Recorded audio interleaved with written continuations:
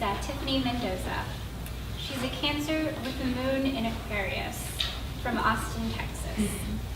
She holds a degree in both English and literary arts from Brown University.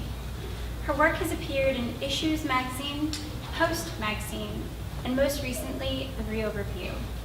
In her spare time, she likes reading work by her favorite poets, Anne Carson and C.D. Wright, drinking coffee and wine, or both, and drawing parallels between her life and Buffy the Vampire Slayer.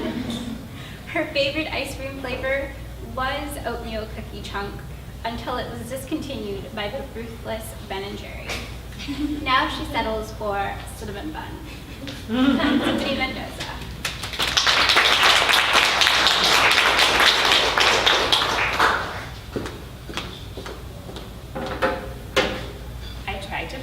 But my printer was not working, so I'm sorry that I'm that girl with her laptop. Okay, let's see. I'm going to start off reading a nonfiction piece and then dive into a few poems, which is kind of how my life went, so very fitting. This one is also about my father, but don't tell him that. It's called Whale Tongues. My father raised me in the mornings. I stood in front of him as we showered, lost somewhere in the palpable steam of my early consciousness. My mother says these showers stopped for my sister and I when our bodies grew larger and we became alert of the differences in our anatomies. I have no memory of that thing between my father's legs. I was fascinated instead with what was between his lips, this other private part of him. Early in my childhood, my father opened his mouth wide enough to reveal his entire tongue, like a magic trick, exposing the cracks in his spongy flesh. He let me put my small fingers in his mouth to feel these canyons and the saliva rivers that flowed through. Let me explain. He told me that as a child, he had tumbled down a slide, face first, into a pile of broken beer bottles. The crevices of his tongue are deep and wide, as if he chewed the shards of glass, like a bowl of cornflakes at the breakfast table. My mother tells me a different story, one where my father is running with a soda bottle in his mouth, for some reason, his lips around the neck before falling and the glass shattering and slicing his tongue. The truth evades me, and now older, my questions shift to what other stories his tongue might tell. Did my mother explore these cracks when she kissed my father years ago? Did she run her tongue through the open spaces? The study of living things taught me the mechanics of echolocation, biological sonar that whales use to determine the distance between nearby and faraway objects. I read that the blue whale has the largest tongue in the animal kingdom, the size like that of an elephant, weighing over 5,000 pounds. My tongue could not lift its own weight as a child. They said I couldn't speak until I was 4 and receiving speech therapy. I traded my L's for W's, as in whale tongues the size of elephants. My frustration peaked during a session when I couldn't pronounce the word snake. It was raining the morning my anger erupted, like an earthquake under the sea, and spit was everywhere. I apologized and still got my trip to the candy closet, a reward for completing my 60-minute session. I remember the dim lighting and the clear plastic containers of chocolates and gummy animals on the shelves, and the red, blue, and yellow wrapper of the gum I always chose. I chewed and chewed, but couldn't blow a single bubble. My tongue could never master the placement and maneuvering. In grade school, science teachers told us that whether we could fold our tongues like tacos, which I could not, was predetermined by a gene passed down our family tree. Now, I don't know the science of this exactly, but I knew that my father nor my mother could master this move. But my fingers pinched the edges of my tongue together enough times to train the muscles to fold over in me. I'm curious about if and how our tongues are really predestined by genetics. I can't remember him talking much, but I remember him reciting. He read to us stories from the Bible when we were young, and he thought we, his perfect daughters, might just accept Catholicism. I remember his voice in the story of Adam and Eve and a speaking serpent. I couldn't believe it. Seriously? A serpent with a forked tongue that can speak and I can't? My tongue sank to the floor of my mouth as I sat in this white room trying to pronounce 66 slithery, slimy snakes struggle silently to the sea. It was hell. My memories, though, are mostly muted, like a television replaying the Sundays we would place our bikes in the bed of his truck and drive to a quiet trail. We would ride, our 6 wheels revolving together, until we arrived at the rock reservoir, where I would collect stones with crystal compositions.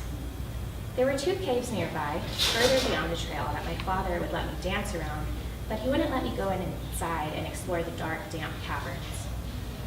Afterwards, we would drive to the nearest gas station and get popsicles. I always chose the rainbow one and stuck my tongue against the icy surface that smelled my flesh with the frozen spectrum of colors and artificial flavors. I'm old enough now to be fascinated not by the differences in our anatomies, but by the similarities, our imperfect tongues. Fruit falls far, not from the family tree, and I inherited the gene of muteness from my father. We don't speak when I'm home. We ask and answer with no's and though I can now say yes with the enunciation of a slithering serpent. I've learned to pronounce these S's as well as L's and R's, but still I can't speak. I can blow bubbles and fold my tongue, but I can't communicate with my father. I can move this piece of flesh in my mouth through another's, like my mother once kissed my father, but I cannot will the muscles to find a lick of spoken intimacy with this man who raised me. My tongue is frozen, artificial cherry red. The silence between us, sometimes heavy like whale tongues, underwater where the speed of sound is 4 times greater than here at sea level. We are like the blue whale, waiting for an echo, any sound to help us navigate our way, to locate what it is we are searching for. Is it each other? But we still swim alone, because I am cradling broken glass in my mouth, letting silence slice between us. And I don't know what hides between the crevices in his tongue, but something flows through, like the saliva rivers I used to dip my fingers into. Something runs through, like his fingers in my hair as he rinsed away the shampoo suds under the shower head years ago. Something unspoken flows through us, struggling silently to the sea. Cool. All right, let's move on to some poems. Okay, I'm sorry, this one also starts with a line about my father. Great guy, though. All right, God Vogue. My father resides somewhere between Catholicism and California, and his letters go unanswered, gathering dust at the bottom of a desk drawer. I assure you the daddy issue is not among the magazines cluttering my coffee table. Vogue is there in its godlike glory, pushed aside like a religion. Just nice to know it's there. It's fruit fly over here. A subscription given to me by my mother, a small woman in her high heels, shuffling about with tax returns 10 hours a day. The mailing label on the front cover displays my name in block letters, all caps, much like the gold engraving on my father's Bible, the one his parents gave to him on his birthday. It's a small room, furnished modestly. No Bible here, but there are the old Vogues.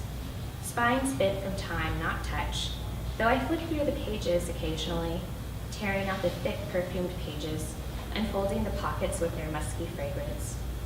I placed the book back down on our coffee table altar, where we arranged our sacred objects, wickless candles, an empty ceramic vase, and a lot of dirty plates and cups. I sit here often not knowing anything else I should do. I wait for something to tell me. I wait for a divine intervention on Ive Street. On some other sleepless night, these unread pages offered some truth, a warning, a prayer, a prediction. I trace my finger in the table's dust, put a period at the end of my name. It is the freckle at the end of me. I swear I'm going to kill this fruit fly if it doesn't stop bugging me. Okay. Show of hands, who's read Anna Karenina? All right, who's read Madame Bovary? And who's read The Good Soldier? All right, cool. Thank you. So this one is a poem I wrote after reading 3 of these books in a class that I took, and I'll just go for it. All right, this one is called The Good Anna. I was looking for themes to apply to my life, tired of flipping back and forth between good and bad. These pages turned into chapters, the moral epilogue of my own eulogy. I wandered into realism and modernism. Here I read all great masterpieces of slut-shaming: Anna Karenina, The Good Soldier, and Madame Bovary. In love, I bought another Tolstoy, hardcover this time, white with gold plating on the cover, and rough, uneven pages. $2.99 at a thrift store on my 20th birthday. For 9 years, I have possessed a goodly apple, but still, I was Anna. I was Florence. I never cared much for Emma, though. I waited under a gazebo in the park in my blue cardigan. My nose dripped and snot accumulated on these folded sleeves. He told me a story I had already heard somewhere on a rainy day in the middle of fall on the cusp of my adulthood. Plucked, I fell between 2 trees and transformed triangularly. I read, running in our souls, we often dig up something that ought to have lain there unnoticed. I was Adam, led astray, but I was the serpent too. Late nights poured into early mornings, coffee cups under street lamps, neighbor sidewalks, the warm air, asphalt, and safe adolescence. I was hyper-aware of the lingering impermanence. It was not the saddest story ever told, but it was a story I'd never tell. I pronounced these things and made definitions of my own. I was learning and less aware. I read, all the charm and all the beauty of life are made up of light and shade. I still believe that after 9 years, 6 months, minus 4 days, it is true to say that we possessed a goodly apple. I believe that our past persons are preserved, frozen in time, in their most beautiful states, like characters condemned to some wooden bookcase. Everything will wilt according to a shelf life. You read a manuscript that ought to have lain there unnoticed, running in our souls, circulated what ought to have lain there unread. I read, to reconstruct your memory, to beautify it, is an ordinary human trait. Speaking serpent with a closed mouth, writing, writing, writing. Okay, laptop portion of the night is done.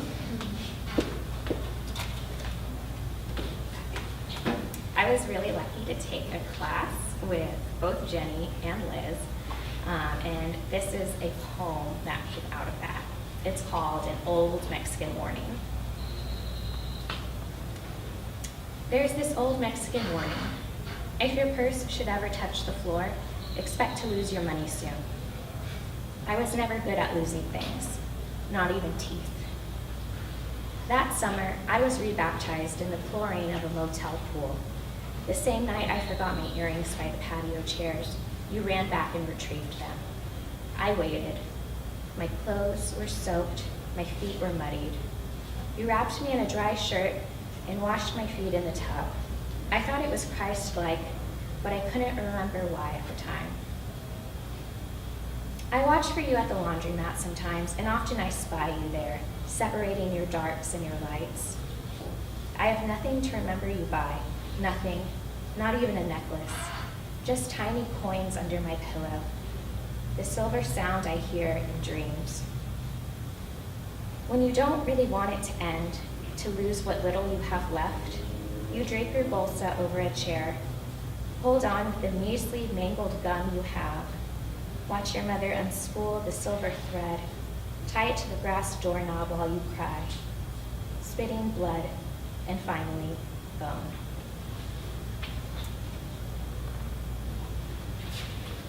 Okay, just a few more.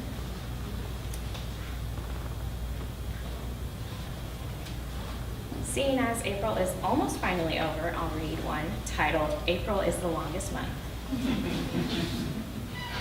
April is the longest month. like waiting for a bus or taking a deep breath, inhaling with slowness. You are tucking in your shirt now. The shirt tails graze your hips. These are bones that I know well. I dreamed they are handed to me in a plastic bag.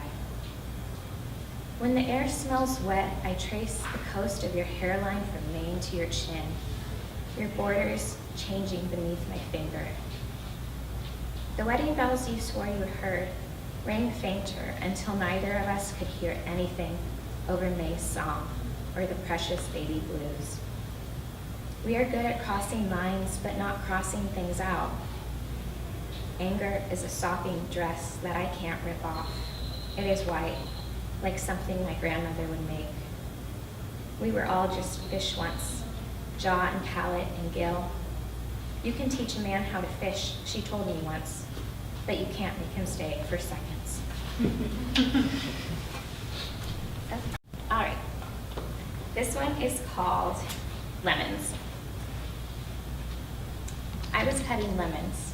Your wrists were tight from prayers. My eye caught every 59 of every hour, and it seemed like a sour omen. You tore down the vines and wove them into gifts for me. Your boots left prints in the garden, the wonder a week of rain can do. Keep the salt out of the food. You've spent too many years at sea. The acid seeped into my nail beds as you peeled yourself from me like a rind. At the old place, I drank in the smell of lumber. Tiny splinters caught in my lungs. I plucked them out and made a small house for you, then slowly walked out of frame. I keep seeing that I write a lot about religion, which I didn't notice until now, so this is a really revealing experience for me. And on that note, I'll read one more. This is more like a note that I just wrote to a friend, I guess, but felt like I couldn't really categorize it as anything else, so I'm just going to call it a poem. All right, this is about missing a friend. You won the award at church camp, most Christ-like, at just 8 years old. It followed you around as you followed me around, but I was not someone who needed saving. You can have your Led Zeppelin t-shirt back, and the Lou Reed one too. I think we spoke on the Sunday he died about walking to the market or some philosophy book I didn't understand. It's Easter when I'm writing this, but you have not come back yet. And it's not that I want you to, not really in that way. You're with a girl named Sarah, and she worships you, and I'm glad you found that for yourself. I just want to talk to you on my way to the market, or to maybe make a little dumb joke. Because I don't think you're Christ-like, but I think maybe you'd make a good father. All right, thanks guys.